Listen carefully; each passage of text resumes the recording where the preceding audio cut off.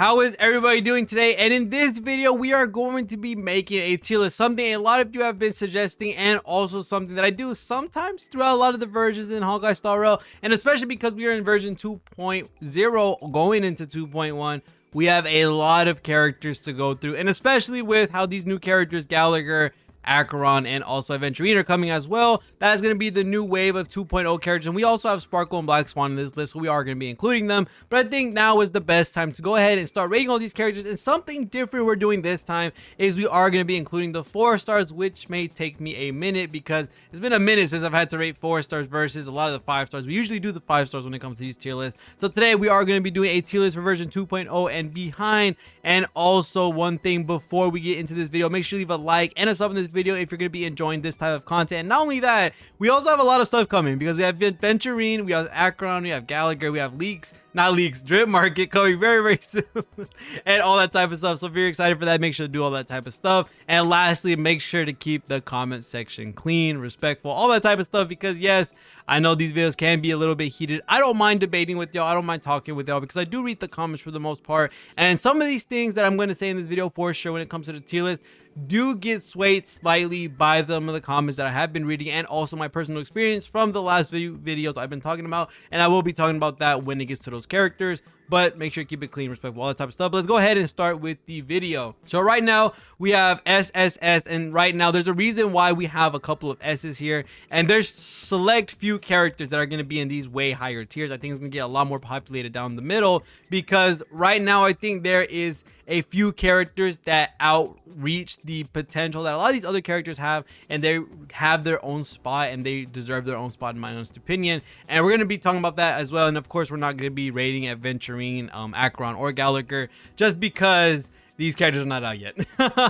So whenever it's time to make the next tier list, we'll see about that and all that type of stuff. But going into the first character, and the character that will be helping me out define the tier list power thresholds, is going to be a character that I think is by far one of the best in the game, one of the most broken characters to exist in Star Rail, and right now doesn't have any direct competition because no one comes close to them, and that is going to be Ruan-Mei. Ruan-Mei will be the only character in this SSS tier, just because in my honest opinion, no other character goes where Mei is. I don't think there's any character that directly compares or touches Mei in any way, shape, or form when it comes to DPS, sustain, support. No one. No one has been such a meta-defining unit to the point where they make a whole stat be discovered by the majority of the player base. A lot of people did not talk about break effect until Ruan-Mei came into the page. A lot of people did not talk about sub DPS until Ruan-Mei came to the page. There were a select few people that did, but for the majority,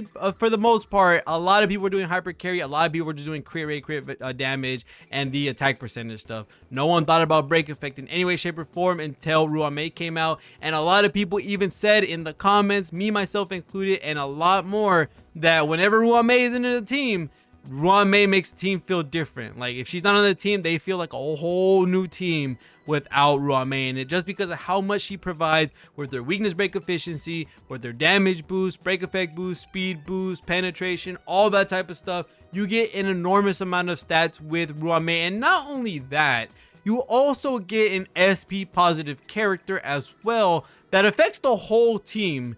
That is absolutely one of the most nastiest characters to come out, and I don't know when they will ever have a character that will not only probably be right there with Ruan-Mei, but better than Ruan-Mei. That's going to be one crazy of a time, and that will be where I will have my jaw drop to the ground if they ever make a character that is as good as Ruan-Mei, because she is by far the best unit in the game, hands down, no debate, and no one can fight me on that. I'm sorry. If you want to go ahead and say in the comments, I would love to see the reasoning, but I just think Ruan-Mei, you pop her into a team and she works. It just works for everybody, no matter what. She's by far one of the best supports in the game, and this is something that I can't see anyone beating her in terms of power anytime soon. But going into the next character, for sure, and like I said, she's going to be alone at SSS. No one will be on the same tier as her. So she has her own dedicated spot, because I was going to do S and just SS, but I had to just dedicate a spot only for her so that I want people to know, yes, she is the best character in the game and no one can touch her.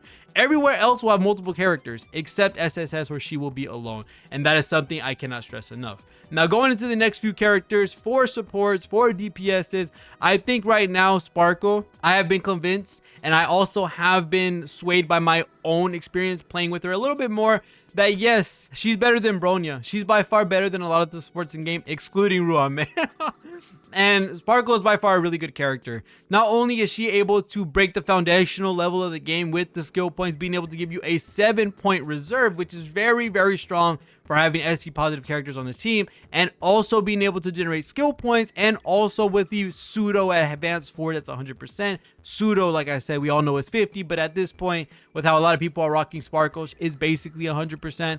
And man, not only that, she gives the attack boost just for being alive at that point, mono quantum boost as well, helping out one of her better teams, and also just so much more. Sparkle is definitely a really great character, and a character I can see being one of the pinnacles of support alongside Ruame. Nowhere near the degree of Ruame, but she's definitely there with the Mount Rushmore of supports at the current moment. So Sparkle right now for sure is gonna stay at SS, where she is, and we'll see how it goes in regards to rating these characters.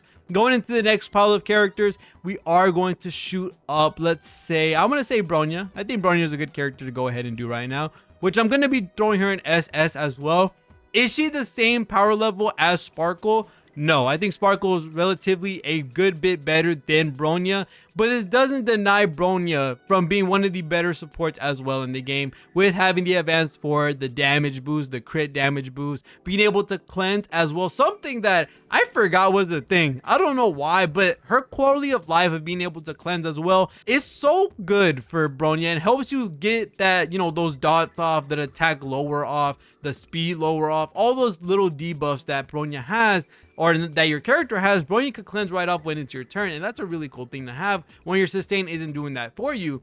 So I want to just say this right now, Sparkle and Bronya, while Sparkle is better than Bronya in my honest opinion, because she is able to help a lot of the follow-up attack characters that couldn't really benefit from Bronya's boost, doesn't take away how strong Bronya still is.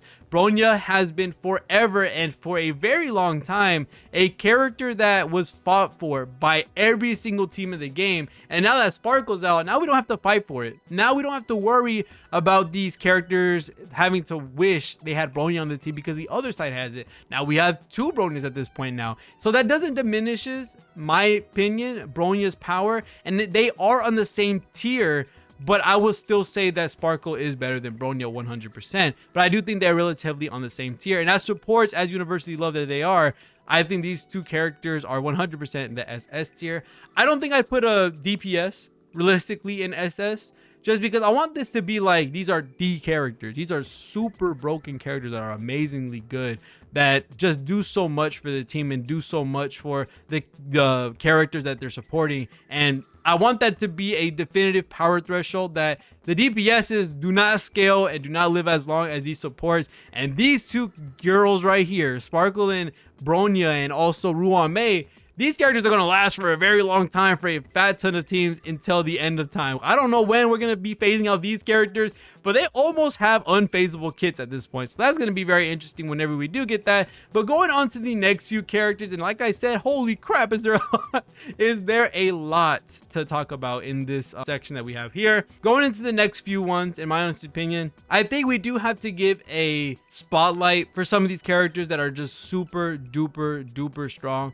And one of them being for sure Fu Xuan and also REHOO. And seeing these characters alongside someone like Sparkle and Bronya is a little confusing at first, but seeing that, of course, many teams, unless you are a super whale, unless your account is super cracked, every team needs a sustain, and every team that has these 2 are just absolutely insanely packed with more resources than what they're supposed to do. These 2 characters are the definition of doing above and beyond what they're supposed to be doing.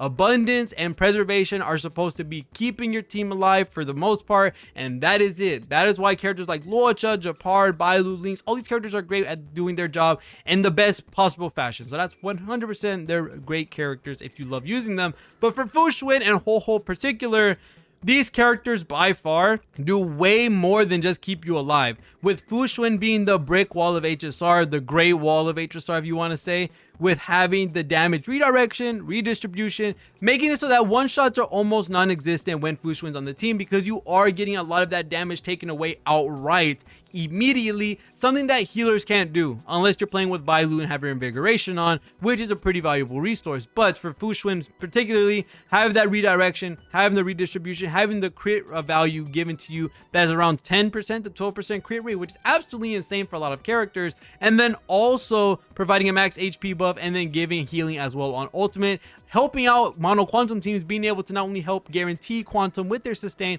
but also so that you can get an AoE quantum hit, lowering down shields, especially if you have something like Ruan Mei helping that out, or if you just want to help lower down the shields, which is a really great thing as well. So that makes Fushun absolutely amazing. And the same thing goes for REHOO. REHOO has been an absolutely nasty of a character, and I hope more people realize this, and I can't wait to see what her rerun does when it comes around, because I do think REHOO is by far one of the best characters in the game for sure, just because with how she does her sustain, she keeps you alive no matter what. Yes, you do have to use a skill point to be able to work around, you know, getting the stacks that you need to be get it that off-field healing, but she still kills skill point positive, so it doesn't matter. She still, when she does have her stacks up, heals you every time someone does an ult, cleanses you automatically on your turn, and also, what was the other thing? Oh, and also has a direct cleanse as well. So there's so many things going on, and she's just such an amazing character. And with her ult alone, she's giving you this massive attack buff and this massive energy buff as well that is absolutely insane. Any character, in my honest opinion, that gives energy is just such an amazing unit, or such a broken unit, because everything in this game revolves around energy at the end of the day. A lot of these supports, and she's giving it to the whole team, let's not forget that, but a lot of these supports give nasty things on their ultimate. A lot of these DPSs, core parts of their kit come from their ultimate, whether it be becoming an extended turn for Jingliu's form, or giving Dan Heng more skill points to use, or giving Argenti his massive ult. Everybody wants energy, and anyone that can give energy just shine far and beyond a lot of these supports in the game and a lot of the resources that you could get from this game. So by far, REHOO, Fushun, and also Bronya Sparkle, they belong in SS 100%. Now going on to the next few characters, this is going to be hard as heck. I'm not going to lie, because looking at these characters and trying to put some in SS with supports feels wrong. But for their respective niche and their respective value, I think 100% that these characters would have to be right there with them. And it's, like I said, there's a lot of characters to talk about. And I think for the next one, we might do Kafka. Kafka right now, realistically, ooh, this is hard if I want to put her in SS or S, because for SS, these are some absolutely strong characters. And I think for what I might say right now, which is Kafka and SS, the reason I would put her here is because realistically, having Kafka on the dot team, she is 100% needed to have a functional dot team, and the front loaded damage you get from otherwise would be a backloaded team, being able to do that and being able to re-trigger as much as possible and doing these absolutely amazing value of damage with having been able to proc all these different characters dots, and especially with how Ruan Mei came into the page, with how characters like Black Swan came into the page, Kafka by far is just a character that goes up in investment every single time a new dot character comes out. And anytime a character deals with speed, anytime a character deals with energy, break effect, all those different types of resources, Kafka benefits from this. She is by far one of the best and one of the best future investments for an account to have if you are interested in the dot team, that she will always just get more value as time goes on. And she's by far one of the only characters at the moment, and I'm going to be explaining why, because I know you're probably screaming at the screen, oh, what about this other certain character? I promise you I will talk about it soon. But for Kafka specifically, if another unit comes out that re-triggers, that only makes dot stronger. That literally just makes Kafka have a extra teammate that re-triggers. Doesn't take away Kafka's role in the game unless they come out with a specific character that not only does lightning damage, does shock, also re-triggers, and also re-triggers on, you know, the freaking ultimate and also the skill. You have to do a lot to power creep Kafka out of her own role, because you would have to be a 5-star lightning and re-trigger, 3 things that would have to be dead on Kafka's role to be able to replace her fully. And that's just not going to happen for a super long time, especially because she is a fan favorite. So they're going to make sure her banner stays where it needs to be. So if they ever make a wind re-trigger, a fire re-trigger for all the different dots, that only gives Kafka another buddy to say hello to when it comes to the dot team. And looking at Kafka's value in regards to where it goes in the future, it just skyrockets. So although I don't like putting DPSs or characters that do damage in the same role as supports, because they usually don't scale well in terms of how far they go in longevity, Kafka is the exception. She's just a character that forever goes up in value and keeps getting buffed as versions go on, with like characters like Ho-Ho, characters like Ruame, characters like Black Swan. You see so many crazy characters come out, and I definitely think that Kafka deserves to be up there with the rest of these characters for sure. Going into the next few characters, holy crap, every time I scroll down I'm like, god dang, there's so many of these. Going into the next few characters, I think realistically I will be having to put the last character in SS, and that is going to have to be Tingyun. I think Tingyun has been such a great character to so many different teams, and like I said before, for the energy cost that every character has, a lot of it deals with their core parts of their kit, or have some destructive value when it comes to being in that, or just give a lot of resources based on their energy or based on their ult. And Tingyun has just been a staple for the large amount of showcases, the large amount of teams, being on almost every single team to be there. You are on dots, you are on hyper carry, you are on sub DPS. Tingyun is there for the most part. Of course, we have some substitutes that may do better, but Tingyun respectively has just been such a monster of a unit that she's still on some of these zero showcases, and she's always there in the zero cycle showcases, and she's just been an absolutely nasty unit. As a 4-star, she's by far been one of our, launch units that have been steadily going up in investment until they end up making a 5-star Tingyun. Whenever they make a 5-star Tingyun, this game will be broken in half, and then Ruame will finally have a competitor. But Tingyun for sure is a character that's just so busted now. I think I have been diminishing her value by a great amount compared to these other characters, but seeing what she can give in her best form with like something like Dance Dance Dance, seeing how she can give enormous amounts of energy, giving the attack boost, the damage boost, even a speed boost with Eidolons, yeah, Tingyun is absolutely nasty. And even the added damage from Benediction as well. I think Tingyun can easily, if I'm going to put Kafka here, I got to put Tingyun here. I think Tingyun is by far one of the better characters in the game for sure. With the SSS and the SS characters, I think that comes to a close. I'm looking for if any characters realistically go there, and right now I don't see anybody else that goes up with them, so this will be SSS and SS filled up. I think these characters are the powerhouses, and these characters will just never age type of character. It will be very hard to replace any of these characters and what they do, and even if they make a character that's similar to them, it doesn't replace their role and how strong they are. And these are just some of the best characters in the game. And just because I know a lot of you are already looking at it and saying, why are Dan Heng and Jing Liu not here? I think for those characters, although they are super duper amazingly busted, I do think without these characters at the top, they wouldn't be as absolutely broken as they are right now. And I know some people are still thinking, but Jing Liu can do this all by yourself. Jing Liu can do that all by yourself. Yes, but without your supports, you're doing nothing regardless. Your best teammates, your best DPS in the game really love these characters to death, and this is why they're at the top, because every character needs them for the most part. So these characters, I think for the most part, are definitely the SSSs and the SSs. Now to go into the S territory for the characters that are beyond broken still, but just don't have the same value as all these supports and sustains. But going into the next one is going to be, of course, our easy throws-ins. You're going to have Dan Heng, we're going to have Jing Liu. These characters right now, the best of the best in DPS, and I don't think anyone can fight that.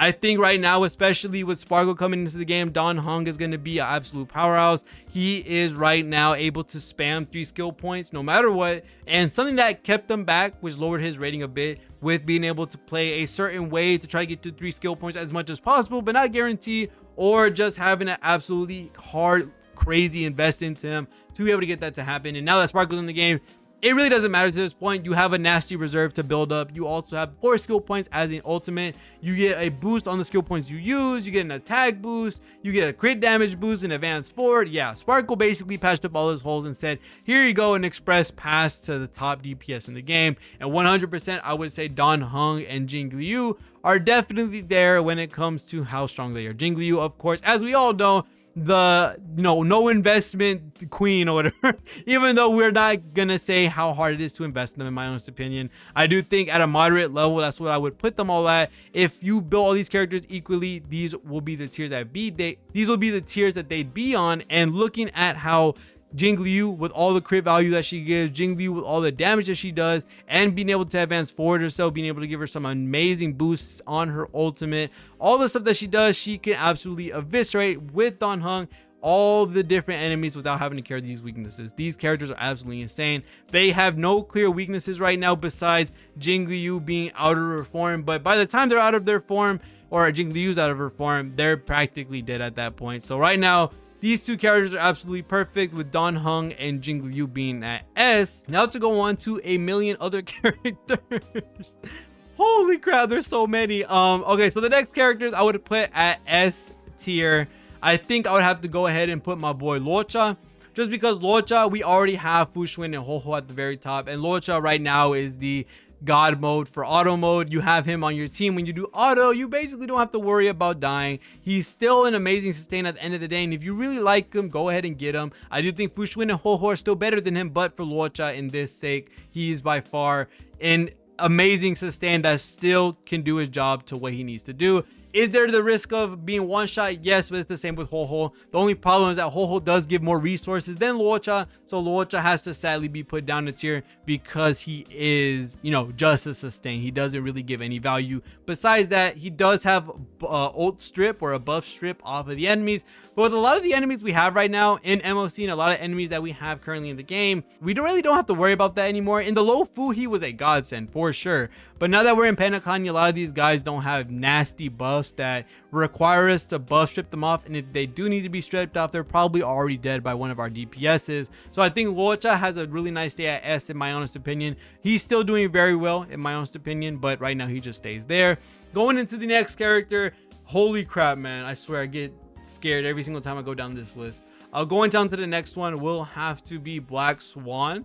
I do think Black Swan is a very, very great character with how she's able to do some explosive damage, and I think she's also a character that's going to be a really nice investment character as time goes on, because as time goes on, I feel like we might get more mechanics for the dot team, and especially one that maybe allows us to retrigger more than once, or allows us to have another retrigger character that gives Black Swan a reason to be able to get more Arcana stacks, allowing her to get her max 50s. That's something that's very hard to do unless you rock a specific team. And see how she's able to do the explosive dot damages with her Arcana stacks, her being able to have spread Arcana, which is actually very freaking strong, and then also able to reduce damage and also give higher received damage based on her skill and ultimate. She is a nasty character for sure with all that she does, and it is a little weird. I won't lie to you. It is a little weird putting these characters on the same tier, like Luocha, who of course isn't as crazy as Fu Xuan, or Black Swan, who isn't as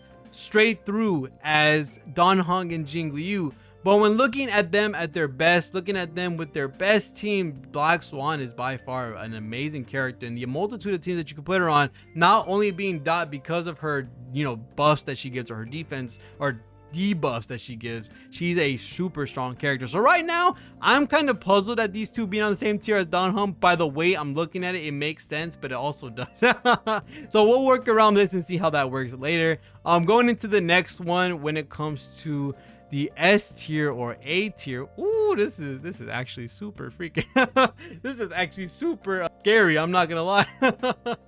I'm going into the next one. I think I might have to put Topaz at S, because Topaz, although I put Kafka in SS, Topaz is very, very good for the follow-up tag team, especially because she's the only character right now that can do, well, I say that and then I say Black Swan's right there, but she's one of the characters that can do some amazing amounts of damage while also being a supporter or debuffer for whoever has Proof of Death. They get their damage boosted for the follow-ups, and this can be really, really great for a multitude of different characters. The only problem that Topaz has that doesn't put her where Kafka is because looking at what she does, she's not absolutely needed for the follow-up attack team, although it is a really fun team and it does a lot of damage back to back to back, especially when you pair it up with someone like Dr. Ratio. Looking at Topaz and Numbi, having them on the follow-up team, you don't necessarily need them because their follow-up attack character can honestly just go the DPS two supports, and then the sustain, and they'll probably be doing around the equal amount or the same damage or even more with someone like Ruan-Mei Bronya or Ruan-Mei Sparkle or something like that in that type of form. You don't necessarily need Topaz to be on the follow-up attack team. She is a nice plus, and she probably can do some really nice damage if you build her correctly and do some astronomical numbers while giving you astronomical numbers. But with all the sustains in the game, they're absolutely broken. I think a lot of people are trying to shrug away the sub DPS team versus just two overpowered supports that can be on both sides of them. We'll see at this point with all that's come out in the game. So I'm gonna have to leave Topaz at S right now, and these two characters are absolutely nasty. This lineup right here, although they're on S, these characters are really great in power. Like, you can easily see these characters stay together, but with SS, you know, you can see all these powerhouses that are just absolutely disgusting. So going on to the next one, oh my God. The next character I'm going to have to do when it comes to S, which I'm trying to go through each one and see who would 100% in my honest opinion be there. And I think realistically I would have to throw in someone like Pella in S. I think Pella shows a lot more promise now with all that she's able to do, able to buff up Jingliu in one of her best teams because of the Ice Red Shred. But one of the biggest things is her being absolutely crazy in skill point positive, and also allowing for the massive defense shred in the game for an AoE basis. She hits all enemies with her defense shred, and that's a pretty big one at that as well. And with how the game is right now, with the multiple elites, with having characters come in and out, Pella's able to get her ultimate very quickly, and Pella's able to hit all these enemies at the same time. That kind of conforms to the meta that we're in currently. Is a reason why I wouldn't put Silverwolf in the same tier as Pella, because of that, because she is able to do multiple enemies at once, and she's able to take away buffs as well, which is a minor thing that not a lot of people care about. But looking at taking away the Ice Red Shred, doing a massive AoE debuff for defense, she's by far one of the greater characters in the game. Especially if you pull it up with Tutorial Light Cone or Resolution Shines, you're doing a lot more damage to whatever you just hit with your basic, your skill, or your ultimate, and some massive number proceeds after. So I'm gonna have to throw Pella in the S tiers for how much value she actually gives to the team for sure. And then, as I said already, going ahead and going to the next tier for Silverwolf, as I already said, I couldn't really put them on the same tier, and I'm gonna go ahead and say as a note to add onto the side of Silverwolf. Looking at Silverwolf right now, I still say, even though there is a multitude of characters above her, that Silverwolf is still a must pull for a majority of players. And the reason I say that is, for a lot of the free-to-play players, for a lot of the low spenders, the number one thing I want people to understand is that they need to have fun with this game, or they're just not going to enjoy it. And having Silverwolf on your team allows you to play with whatever character you want for the most part. A lot of characters are starting to use Silverwolf as part of their team, like someone like Dr. Ratio, which really loves having Silverwolf on the team. So she is getting buffed as time goes on, which is a really great thing, and she might even get higher as teams come out, or as characters come out that really want someone like Silverwolf on the team. But looking at Silverwolf and what she's able to apply, especially one of the game-breaking things, which is changing weaknesses into whatever's on your team, you can manipulate that to make any character you want work. And the number one thing I want people to use is their favorite character. So why not have someone like Silverwolf give you the bug implant, give you this nasty defense shred, being able to do these nasty breaks and stuff like that.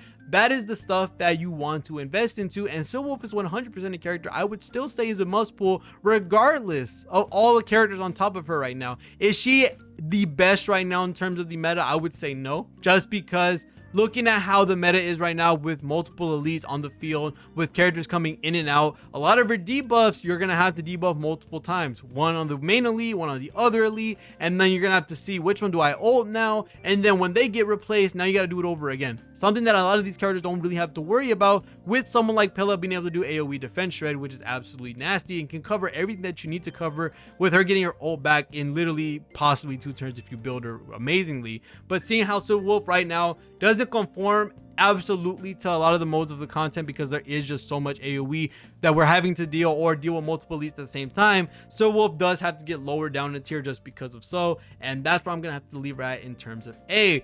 Going into the next few characters, man, I swear I hate scrolling down because I'm like, oh, we gotta do more and more. Let's go ahead and get this done. D for Yanqing. I don't know if I'm gonna actually keep him there, but we do know Yanqing clearly has a lot of problems. Do I think he's absolutely one of the worst characters in the game? not necessarily, but he does have a multitude of problems that can only be fixed by a certain number of characters, and that is only one, which is Japar. So I actually might leave him here to make this a little bit easier for me, maybe at C, because I don't think he's absolutely one of the most dog characters in the game. Another character that I think actually can be put down with Yanqing and in the lower tiers is someone like Arlen, sadly, who I invested in and got very disappointed.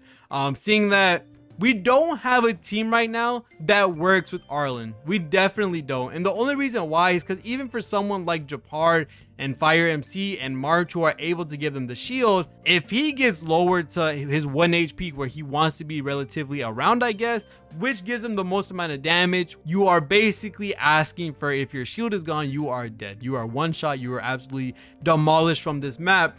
And that really is a very anti-synergistic relationship between Arlen and any healer you can give, because as you heal someone like Arlen, you are taking away his damage as well, which he really wants for a lot of his moves. Is he skill point positive? He's skill point neutral.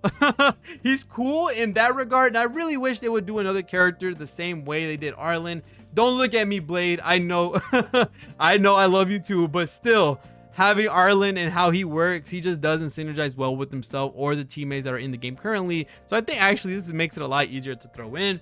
Going into the next few characters to actually thin this out, I noticed that they didn't put Trailblazer in here. I wonder why. They didn't put Trailblazer in here, but if Trailblazer was in here, which I'm going ahead and skimming through very quickly, he is not. But if Trailblazer was here, I would have put him right there with Yanqing, just because, of course, looking at how Yanqing is, he's not really used as much. Same thing with Fire Trailblazer. The shield that they give is very minimal, and the damage they do is very slow when it comes to everybody else in the game. So I would have put them around in C. Going into the next few characters, we are going to be looking at someone like, I'm trying to find a perfect character, but let's go ahead and do Blade. Blade, my boy, you are by far one of my favorite characters, and of course I know a lot of my subs are also Blade lovers as well. Yo, comment down below if you got to this point. I don't know, something that you love about Blade. I don't know.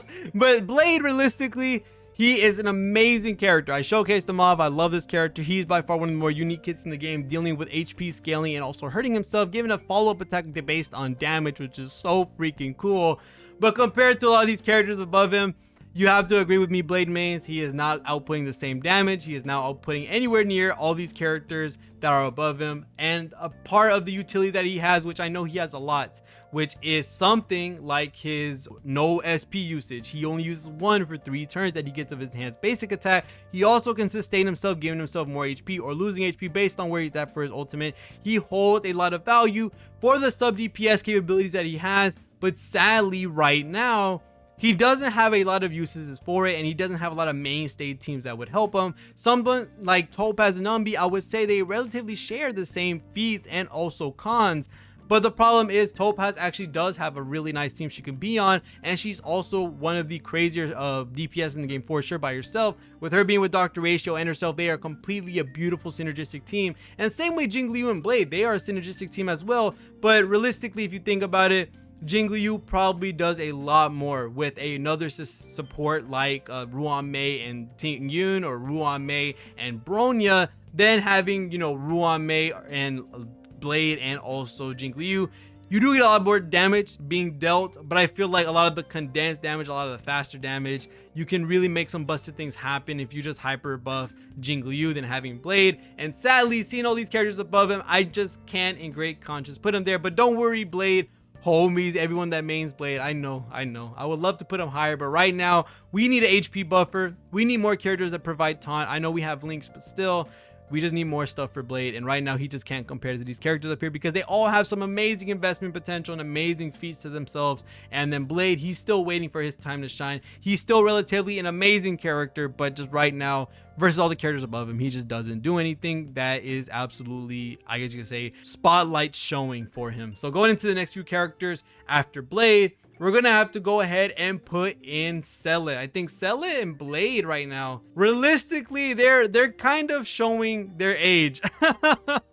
Celes right now is a character that I absolutely love. I think right now Penacani is doing her a disservice by a great amount, and yes, I know, yes. Right now, Celes, for me, in my honest opinion, I think that she is being kind of blocked from her own kit with the enormous amount of HP that these characters give. And don't get me wrong, a lot of people are gonna be like, bro, your Celes is just trash. Like, your Celes is so bad.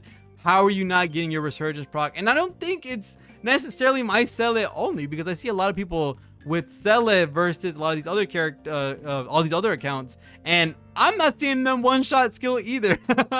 They have to be like triple buff Sell It or something like that for you'd be able to skill kill all the fishes in the thing or the TV itself. I don't know. I just think that right now Sell It's age is showing. She's not doing as much damage, she's not doing as much work as compared to Dan Heng, Jing Liu, and Topaz, because she has to rely on herself getting the resurgence from KOing an enemy, which with how tanky these enemies are getting in Penacony, she's definitely getting blocked from her own amazing kit. And I do see her getting a small buff, of course, with Sparkle coming to the team, helping out with Mono Quantum, but without a full already field of quantum weak enemies and having a bunch of mobs come in being able to help you out with your resurgence procs, I just think Sell It right now is just gonna have to go down a tier compared to someone like Jing Liu, someone like Dan Heng, and those characters just do all that they need to do by themselves already. So going ahead, throwing Sell It in A tier, my honest opinion. She is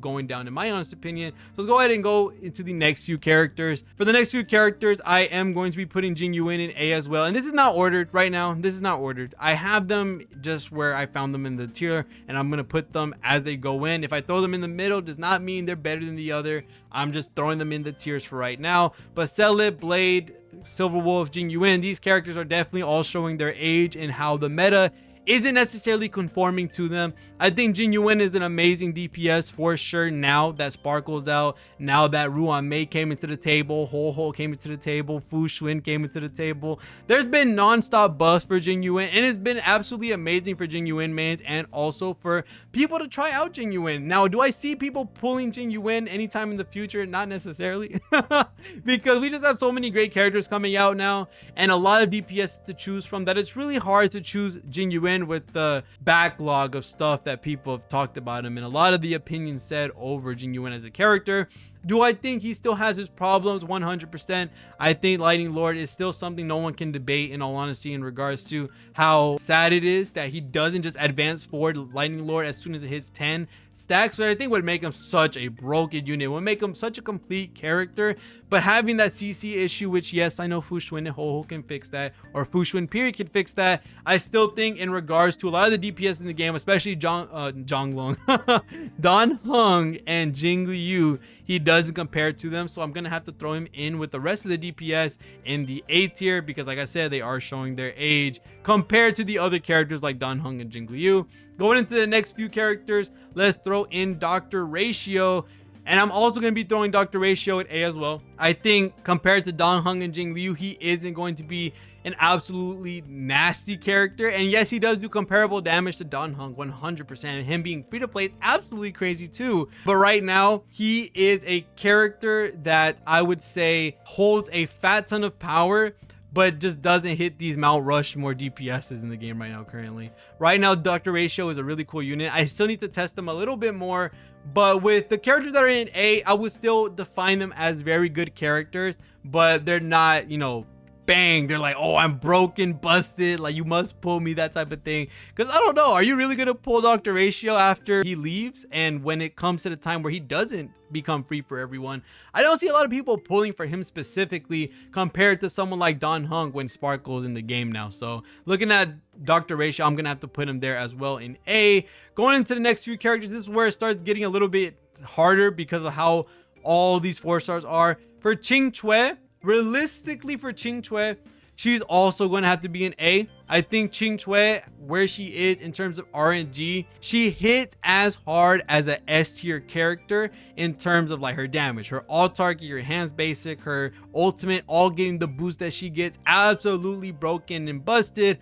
But because her things are regarded in RNG, I would still have to put her in A. Realistically, I can't put a character that is not guaranteed, keyword guaranteed, her damage in the same place as a lot of characters who are guaranteed to put out 100k, 200k, 300k no matter what. And I still think this is very generous, but with how much damage she actually does, I'm willing to put her up here in A. Realistically, if she didn't have as nuclear of damage as she has, she would be in B. but because she does just do way too much damage for where she is right now, I definitely am gonna have to throw her up in the A territory with all these other DPSs that all do very well. They still are able to clear the content today, and right now I think these DPS are all really good. They just all don't match up to the characters above them. So going into the next few characters, and I think we can start speedrunning for the most part a lot of these other characters. I think realistically Argenti is such a hard one in my honest opinion. I think with Argenti and also, I don't know, putting him in B by himself kind of feels weird. I might have to put him down in A as well for Argenti. Argenti's very niche use. He is very great in Pure Fiction. He can absolutely dominate a lot of these MLC stages with how absolutely nasty his scaling is for his ultimate, including something like with Ting Yun and Ruan Mei, and having someone like Ho-Ho on the team. You're able to get that energy that you need to get all that you want for your ultimate. He has a very backloaded damage number, the same way Jing Yuan has it with his Lightning Lord. So I'm gonna have to put them right there together in A. Realistically, I am looking at the tier list right now for A, and it looks odd that Sela is here with Blade, with Ratio, with Ching Chue, with Jing Yuan, with Argenti. Is that, man, realistically, these characters are realistically showing their age. And if it's not their age, someone like Jing Yuan, who's still putting out some nasty numbers, you are still held back by a couple of problems. That's what A would be. A is like, you're not perfect, but you definitely still show out. That's what A would be in my honest opinion. Going into the next few characters, I would have to throw in someone like Asta. I think right now Asta is in a really good spot. She's not used as much, but of course with what Gacha has been doing and with other people I've been trying out with Asta, she's still an absolutely amazing character, especially for the dot team with how the speed works and how you want Cosplay to retrigger as much as you can. You want these other dot characters to go as much as they can, helping out the damage that you do over time, and Asta is just becoming a really great support now in the game. Going to the next one, Natasha. Let's also go ahead and throw out Natasha. Compared to a lot of these other sustainers, she's going to be right there with Yanqing, not really used as much, really only the beginner 4-star for healing, and then you quite literally just throw her out afterwards. So we're going to be done with that. Bailu and Japar will put them over Yanqing to make this a little bit easier, making it so they're just sustainers at the end of the day. They keep you alive, and that's pretty much it. Bailu has that one up for the revive, which helps a lot, and also the damage reducing healing nature that she has with her invigoration, so we'll throw her down in B.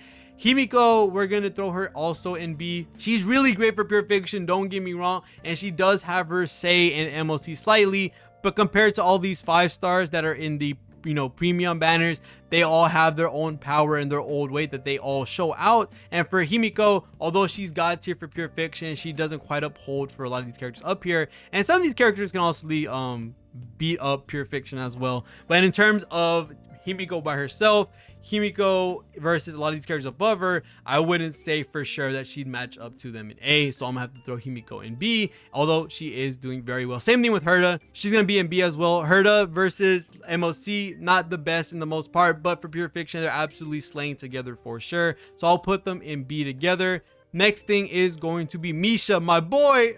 My boy Misha. Unless you have him E6, it's not gonna work out. I do think Misha, he is not worth the slot on a team. I tried him with Sparkle, I tried him with Don Hung on the team, and it just doesn't work out. Realistically, he is a wasted slot if you're not just gonna do hyper carry Misha, which if you have any other DPS, you probably wouldn't want to use Misha in the first place. So sadly, although he's a really great character, he's not really a character you would use in any sense or form for any reason, unlike these characters that actually have some use, but they're not like absolute powerhouses or absolute like spotlight takers. I'm gonna have to put Misha in C as well, which is very sad in my honest opinion. Clara, although I did have a video using her and absolutely demolishing Pure Fiction, she's still reliant in the same way that QQ is for sure, and she doesn't have the absolute nasty damage that QQ has in regards to in MOC and in Pure Fiction. For QQ specifically, she's throwing out nukes. For Clara, she also throws out some insanely hard hits, but if your aggro doesn't go a certain way, she suffers from the same problem that QQ does, and QQ is only saved by her nukes. That's the only reason she's above Clara, so Clara is gonna have to be in B where she's at. And then the next few characters, I think for the most part, Su Shang can go to B as well as a breaker, as a really great hybrid character. Su Shang puts in work, but of course doesn't nowhere near do as much damage as these characters in A. Hook is gonna go where I honestly don't use Hook. I don't think anyone uses Hook, so I'm just gonna put her down where Arlen is because I have no idea what she, in my right mind, does that compares to at least Yan Qing. Because like these characters have uses, but not really. Hook for no, I have just seen no one use Hook, so I can't really give an accurate description where she goes. So she's just gonna go to D. Luca is by far one of the better breakers in the game for sure. In terms for the dot team, giving the damage buff from hitting them with the ultimate, giving me these nasty breaks for the dot team. I'm gonna be throwing him in B as well, giving another one to Sampo, putting him right there with Luca. Same with Gwenaifen. These characters are absolutely nasty for the dot team. They give so many buffs. They give the damage buffs, they give their own dot, they can reignite their own dot, which is really good, especially for Luca, who's able to absolutely decimate these characters in terms of all that they do for the enemies that they fight against. I kind of lost my train of thought midway through, my bad. I'm trying to put them in A realistically because they're such an integral part of the dot team.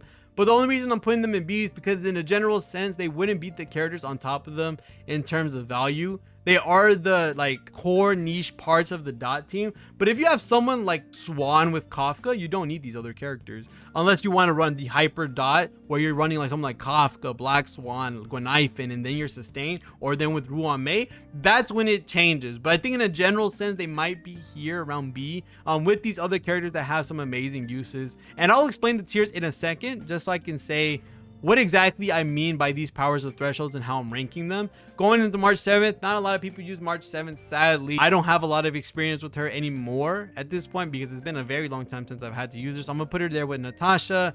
Dan Heng being a DPS, same thing goes. I think he's more consistent than Yan Qing, but definitely not to the degree as more important than Herda, Kimiko, Luca, Sampo, and also Gwenaifen and these other guys. So I'm gonna throw Dan Heng in C. Welt, my homie, my Honkai Impact grandpa. This man's going to have to be somewhere in the B tier. I think is fine as well. With Ruan Mei coming into the game and giving the delay, like I said, isn't in order. I don't know why I'm moving him around like it is. For the most part, for Ruan Mei coming into the game and allowing for some insane, disgusting break effect builds as well, keeping them gone for like years and eons away from the action value bar, and then allowing Welt to also have his own DPS, allowing Welt to interrupt other characters being able to do their actions, quietly erasing their turn, is a very great thing to do in Star Rails, and he can actually act to sustain that way, which Gotcha Smack has done multiple times in PvP. So I'm gonna have to leave him there with the B tier. Going into Serval, I know a lot of people are picking up Serval at this point. She is a lot more consistent and does a lot more damage in the AoE setting than a lot of these other characters in C. So I'm gonna have to go ahead and give B to Serval because she is doing some work. I've seen some people build up their Serval on their account and it's absolutely nasty. Yukong, holy crap, I do not like you. I'm not gonna lie, with how much work, and this is the only character that I'm gonna say this for the amount of work that you get for the benefit that comes from Yukong, I'm throwing her in C. I cannot in my right mind throw Yukong anywhere around these other characters. There's just no way. I do not like Yukong with every living soul of how she is as a support. She's way too clunky without E6. Even with E6, I would still not use her. Like, she provides some crazy buffs. Like, I mean, the ratio you get with Yukong on the team and the imaginary damage boost and all that type of stuff, really amazing stuff. But the method to do so in the strict speed tuning that you have to do to be able to have that, I'm just not gonna deal with that in terms of Yukong. So I'm not gonna let that happen. She's gonna be going in C. For Lynx, I'm going to throw her in B as well. I think Lynx is absolutely amazing in what she provides for the team with the aggro for destruction and preservation units, for the overtime healing, for the cleanse buff, for the cleansing on the ultimate. There's a lot of things that goes her way that makes her absolutely astronomical as a sustain, and she is a really great character to be able to solo sustain multiple teams, especially with Play Wiz. I love that team so much.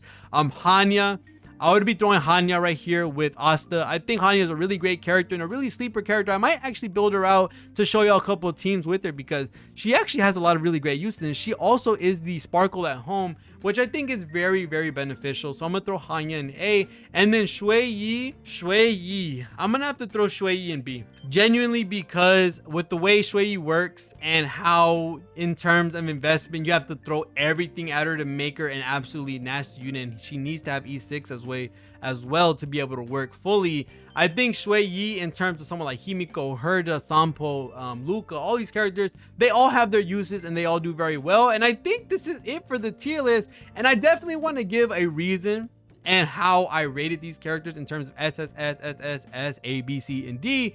And it's going to be because for these characters, as I said, they all have their threshold of power, which they stay in within their tier. They don't go up or down based on the power. It's more these characters fit with each other in terms of how much value they give to the team, how much value they do as a DPS, as a support, as a sustain. And someone like Ruan Mei, she's alone. These SS characters, these are almost timeless and broken characters that are in the game currently that do so much for you and the team or its niche that they're practically unreplaceable. These characters in S are the same way. They're absolutely nasty. They're broken. They're very, very good.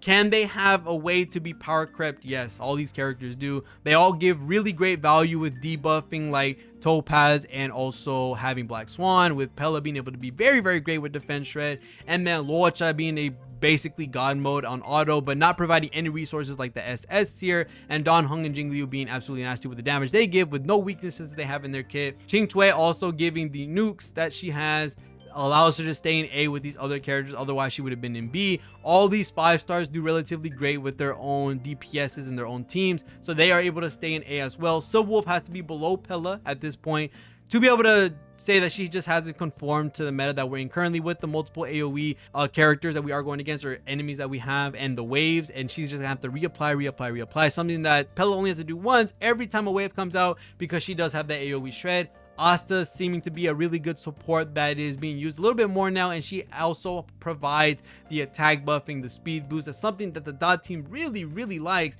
And then Hanya, I think, is very slept on. She provides a lot of really great resources, and a really very built one, or really very great built one, can work very well for a bunch of different teams, which I'm gonna showcase very soon as well.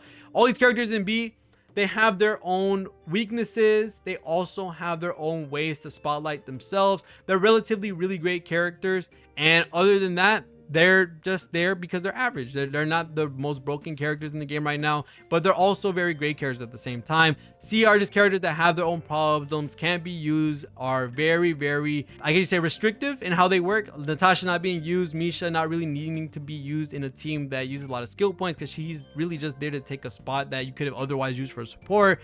March 7th being a singular shielder, giving taunt, kind of this desynergizes against each other unless March can hit like a billion damage with their counter. Dan Hung being single target, not being able to deal with multiple enemies at the same time unless he's the only DPS on the field. Yanqing being very inconsistent with the soul still sync. Yukon being butt as a support.